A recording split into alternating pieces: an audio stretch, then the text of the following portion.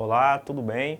Vamos hoje para mais uma aula do projeto Escola em Casa. Meu nome é Luan, sou professor de matemática da Rede Pública do Estado do Acre. E a nossa aula hoje é sobre o conteúdo de potenciação e radiciação. Hoje a gente vai fazer uma relação entre essas duas operações, que são inversas entre si, inclusive. Então, vamos iniciar aí, vamos aí compartilhar o nosso slide.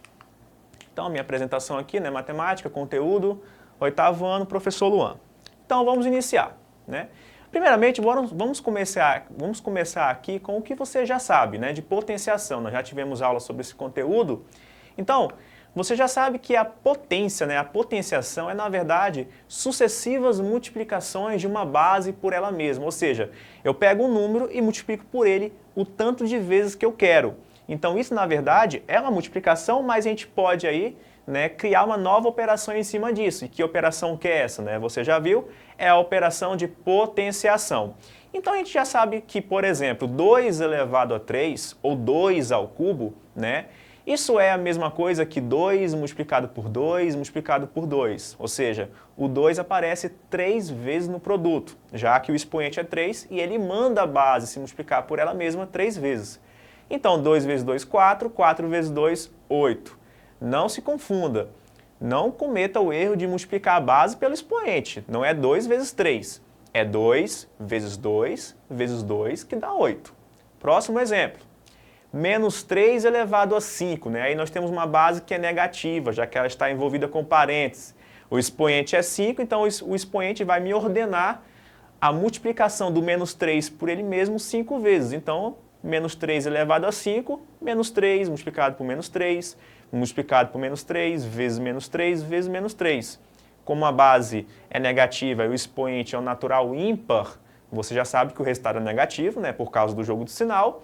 E depois, 3 vezes 3 vezes 3 vezes 3 dá 243, né, 3 elevado a 5. Portanto, o resultado aí, a potência, né, é menos 243. Um exemplozinho aí, quando a base é 1, né, exemplo bem trivial, 1 elevado a qualquer expoente dá 1, né, por consequência do produto de 1 por ele mesmo sempre ser 1. Então, 1 ao quadrado é 1 multiplicado por 1, que dá 1. 1 elevado a 7, né, mantém a mesma linha de raciocínio, 1 multiplicado por ele 7 vezes dá 1. Então, vamos continuar aqui. Fechando aqui, ó, o mesmo título, quando o expoente é 0, né, o resultado da nossa potência é 1. Uma observação importante, todo número elevado a 0 dá 1, com exceção, né, da base nula. 0 elevado a 0 para nós aqui não tem contexto, não tem sentido. Então, todo número não nulo elevado a 0 é igual a 1. Então, 4 elevado a 0 é igual a 1, 2 quinto elevado a 0 é igual a 1, e assim por diante. Agora a gente vai tentar entender, a gente vai germinar aqui a ideia da raiz, né? Uma ideia da operação inversa da potenciação. Como é que eu poderia desfazer a potenciação? Então, vamos focar aqui nas seguintes potências em que os expoentes são naturais maiores ou iguais que 2. Porque é aí que a gente vai definir a radiciação. Eu poderia perguntar, por exemplo, qual é a base de uma potenciação em que o expoente é 3 e o resultado deu 125? Em outras palavras, eu estou perguntando para você, qual é o número que elevado a 3 dá 125? Essa pergunta, mais tarde você vai ver que eu posso substituir ela pela seguinte pergunta: qual é a raiz cúbica de 125? Já já você vai entender melhor essa nova escrita. No exemplo B, qual é o número real positivo que elevado a 4 dá 16? Ou seja, qual é o número que eu tenho que pegar positivo, fazer ele elevado a 4 e dar 16?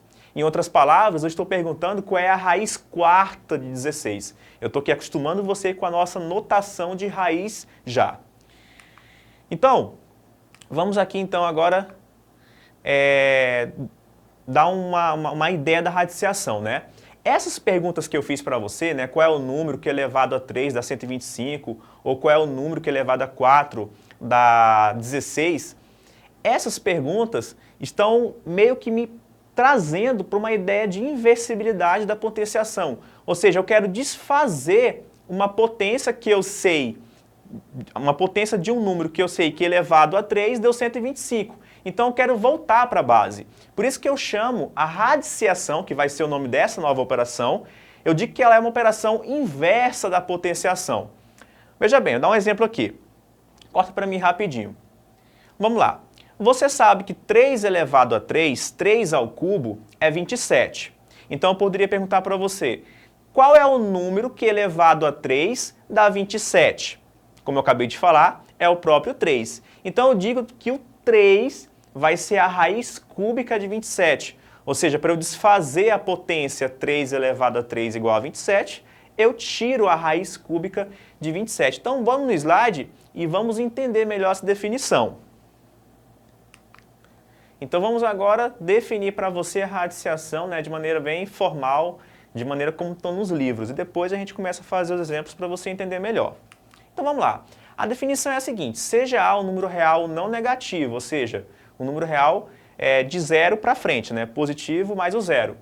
B, um número real qualquer, e N, um número natural maior ou igual a 2. A gente vai definir a raiz, olha como eu vou ler, gente. A raiz nésima de A igual a B se e somente se a potência de B elevado a N resulta em A. Em outras palavras, quando eu busco a raiz nésima de um número, eu estou querendo saber qual é o número que elevado a esse expoente N resulta naquele número que está dentro, né, do símbolozinho ali que eu já vou definir para você. Então esse símbolozinho no qual eu me refiro eu chamo de radical, tá aí para você bem claro. O número A, que é o número que está dentro do sinal de radical, a gente chama de radicando, né? O número N é chamado de índice da raiz e o número B é chamado de raiz, o resultado dessa minha operação. Então, a raiz nésima de A igual a B significa que B elevado a N resulta no radicando, o número que está dentro do símbolo de radical. Eu sei que para você letra pode confundir um pouco, então vamos ver agora os exemplos com números, para ficar bem mais claro. Vamos aqui rapidinho. Ó. O primeiro exemplo eu tenho ali o símbolo do radical, certo? O índice da raiz é 3 e o radicando é 125. Então como é que eu leio isso? Né? Eu vou ler como raiz cúbica de 125. Quando for 3 o índice ou for 2, a gente pode ler raiz quadrada para quando o índice for 2, quando for 3 você pode ler raiz cúbica. Então quando eu falo raiz cúbica de 125, eu estou perguntando um número que elevado a 3 resulta em 125.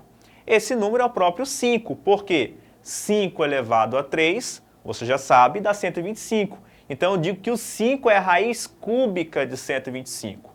Segundo exemplo, raiz quarta de 16. Quando for do 4 para frente, a gente lê raiz quarta, raiz quinta, raiz sexta e assim por diante. Raiz quarta de 16. O que eu estou perguntando aqui? Qual é o número que elevado a 4 resulta em 16? Ora, esse número pode ser o 2, porque 2 elevado a 4 é igual a 16. No terceiro exemplo, a mesma ideia. Raiz quadrada de 36, ou seja, eu quero saber qual é o número que elevado ao quadrado dá 36. E daí você sabe da tabuada, né? 6 vezes 6 dá 36. Então 6 ao quadrado é igual a 36, eu digo que 6 é a raiz quadrada de 36. Nesse último exemplo aqui, a raiz quadrada de 36, o índice 2 ele pode ser omitido, isto é, eu não preciso colocar ele. Então toda vez que a gente falar em raiz quadrada, não vai aparecer ninguém no lugar do índice. Quando isso estiver acontecendo, você já sabe que é raiz quadrada. Eu sei que geralmente quem faz papel de invisível na matemática é 1, mas nesse caso de raiz aí, quem vai fazer o papel de invisível é o 2. Então quando não tiver índice na raiz, no radical, você já está ciente que é raiz quadrada, ok? Então eu poderia escrever raiz quadrada de 36 somente com o símbolo do radical, omitindo o 2. Isso só vai ser feito quando o índice for 2, tá? Quando for índice 3, 4, 5, assim por diante, eu preciso colocar ele. Então, considerações importantes, né? A primeira coisa que quando eu defini a radiciação para vocês, eu disse que o nosso radicando tinha que ser um número positivo, não negativo, melhor dizendo. Mas eu também posso trabalhar com radicandos negativos, ou seja, eu também posso extrair raízes de números negativos. Mas nesse caso, quando eu for extrair raízes de números negativos, o índice tem que ser necessariamente ímpar. Então, raiz cúbica de menos 8 é menos 2, porque menos 2 elevado a 3 dá menos 8. Raiz quinta de menos 32 dá menos 2, porque menos 2 elevado a 5 é menos 32. Então, corta aqui para mim rapidinho que eu vou explicar o porquê da gente não poder extrair raízes de índice par de números negativos. Veja, por exemplo, vamos supor que eu pergunte para você assim, qual é a raiz quadrada de menos 25? Em outras palavras, eu estou em busca de um número que elevado ao quadrado dá menos 25. Mas você sabe que todo número ao quadrado, todo número real ao quadrado, resulta em um número não negativo. Porque sinais iguais sempre dá mais no produto 2 a 2. Então não existe um número real, negativo ou positivo, que ele ao quadrado resulte em menos 25. Então, nos reais, eu não consigo tirar a raiz quadrada, eu não consigo obter uma resposta para a raiz quadrada de menos 25. E isso vai acontecer em qualquer caso em que eu vá extrair raiz de índice par de números negativos. Então, por exemplo, se eu perguntasse para você qual é a raiz quarta de menos 16, você poderia dizer para mim, é menos 2, professor. Mas menos 2 elevado a 4 dá 16. Não dá menos 16. Tem que dar o que está dentro do radicando. Perdão, o que está dentro do radical. Então, não tem como a gente extrair raízes de índice par de números negativos. Então, quando a gente for trabalhar com raiz de índice ímpar, dentro do radical, necessariamente precisa estar um número negativo. Agora, quando o radicando é positivo, aí sem problemas. Eu posso extrair raiz de índice par, também raiz de índice ímpar sem problema nenhum, certo? Essa informação é importante para você não se confundir. Vamos lá. Então, uma forma que a gente tem de calcular raízes, né, é fazendo uso da decomposição de um número em produtos de fatores primos. Quer ver um exemplo? Raiz cúbica de 125, né? A gente já sabe que é 5. Mas como é que a gente poderia calcular sem saber o resultado diretamente? Então, quando você faz decomposição de 125, né, você já aprendeu esse método aí no 6º ano, você conclui que o 125, na verdade, é 5 elevado a 3. Está dita a resposta. Se 5 elevado a 3 é igual a 125, logo, pela definição, eu posso afirmar que a raiz cúbica de 125 é igual a 5. Sempre que for pedido solicitado para você calcular uma raiz n-ésima de um radicando, você pode fazer uso desse método que sempre vai dar certo. Potência com expoente fracionário. Pergunto para você, quanto seria o valor da potência 2 elevado a 1/3? Até agora parece estranho, né? Como é que eu vou calcular uma potência de um expoente elevado de uma fração elevada de uma base elevada a um expoente fracionário? Vamos lá, só um métodozinho aqui para você entender. Você sabe que 2 elevado a 1 é igual a 2.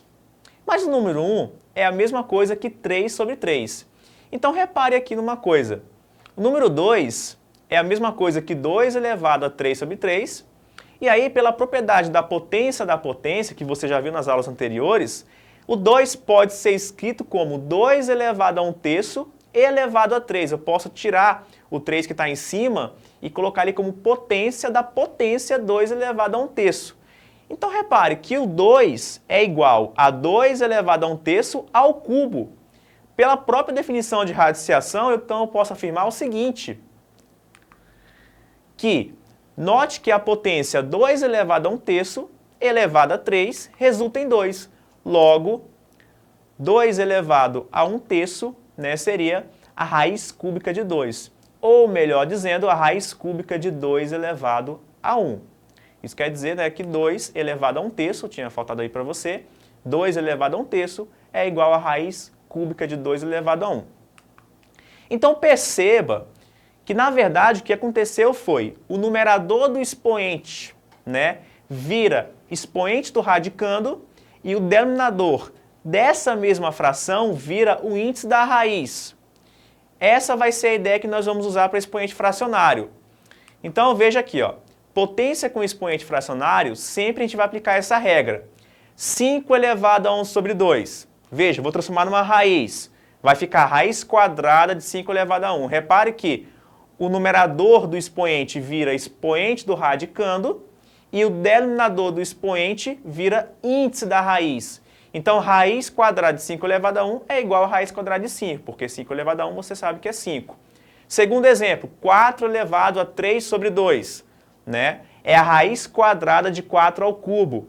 O numerador vira expoente do radicando dentro da raiz, né? E o 2 vira índice da raiz. Então fica a raiz quadrada de 4 ao cubo. Né? 4 ao cubo você sabe que é 64, e a raiz quadrada de 64 é 8. Último exemplo, 10 elevado a 2 quintos. Então, pela nossa definição, fica a raiz quinta de 10 ao quadrado, ou seja, a raiz quinta de 100. Então, só um exercício para a gente fechar nossa aula de hoje. Qual seria a medida da aresta de um cubo cujo volume mede 216 centímetros cúbicos? Nas aulas anteriores, o professor explicou para você que volume de cubo é dado pelo cubo da medida da aresta. Então, agora a pergunta é a seguinte: eu quero saber qual foi o valor da aresta que elevada ao cubo deu 216. Em outras palavras, o que eu quero saber é a raiz cúbica de 216. Então, se você usar aquele métodozinho lá da decomposição prima, né, o que vai acontecer? A gente vai concluir que a raiz cúbica de 216 é igual a 6. Então, ó, na nossa resolução aqui, ó, raiz cúbica de 216, na verdade, é a raiz cúbica de 6 ao cubo. Esse 6 ao cubo aí você pode conseguir através da decomposição em fatores primos do 216. Então, fazendo aí a nossa transformação, né, para expoente fracionário, fica 6 elevado a 3 sobre 3, que dá 6 elevado a 1, né, 3 sobre 3, e 6 elevado a 1 é igual a 6. Portanto, né, a medida, né, da aresta desse cubo seria 6 metros. Ok? Então, voltando aqui para mim agora. Então, enquanto a nossa aula foi potenciação e radiciação, né, a gente viu agora uma relação entre elas duas. Agora você deve ir lá na plataforma, resolver exercícios e praticar, que essa é a melhor forma de aprender matemática. Então, até a próxima, fique com Deus e abraço.